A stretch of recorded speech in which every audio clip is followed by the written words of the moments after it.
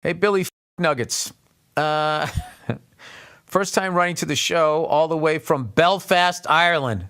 Oh, my God. One of the most hardcore fucking cities I've ever been to in my life. In my life! That fucking place. That fucking place. The post-trauma of the Troubles. That whole vibe, that fucking wall. The guy that opened the door that looked like Ian McShane at Ulster Hall, and I gave him my big American friendly smile, and he just looked into my soul, and the smile immediately washed off my face, and I was just like, okay. Stop cheesing. Stop being so happy and joyful. These people have been through a lot of shit. Adjust your fucking stupid, happy to be here American attitude.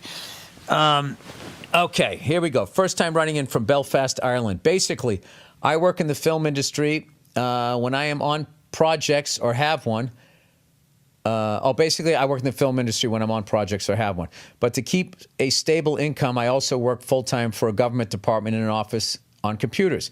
During lockdown and COVID, they gave us work-from-home kits, and now we have to come into the office one day a week. The security for logging into both the computers at home and the office is a blank card with the chip that has our logins, and all we do is put a password in. However, they are currently rolling out laptops to everyone that will not replace your work from home kit, but will replace the office computers. So what's the problem then? Well, the problem is the new laptops only have one way to sign in, and it's a fucking scan of your face. They are rolling them out to everyone and saying it is mandatory to have one for when you come into the office. That still means they have a scan of my face, though. People have tried to object to it and have just been forced into setting up one. No, just quit. Quit your fucking job. Unionize and say we're not fucking doing this shit. Regular people, we have got to get our shit together and we have got to push back. I know I sound paranoid. You're not paranoid. They are 100% not going to just use that for fucking that. I don't know what they're up to. I'm not on the ins, but I know enough and have read enough history and lived enough life to not trust fucking anybody.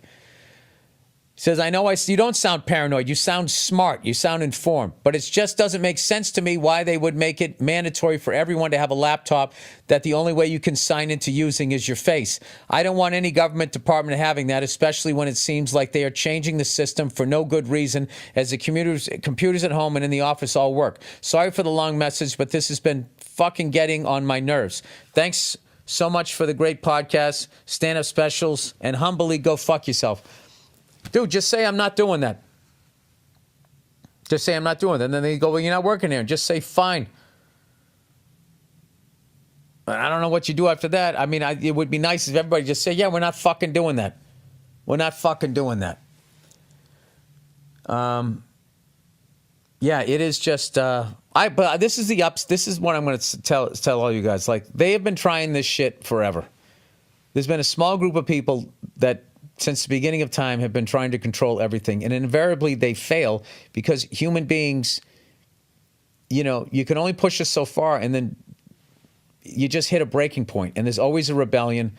There's always a point where whatever it is, a business, a form of government, a tyrant, they just get spread too thin or they get too fat and fucking lazy and then they fall. And this will fail also. I don't have this gloom and doom of the future. I feel like a regular person revolution will come at some point if we can just stop yelling at each other about fucking everything.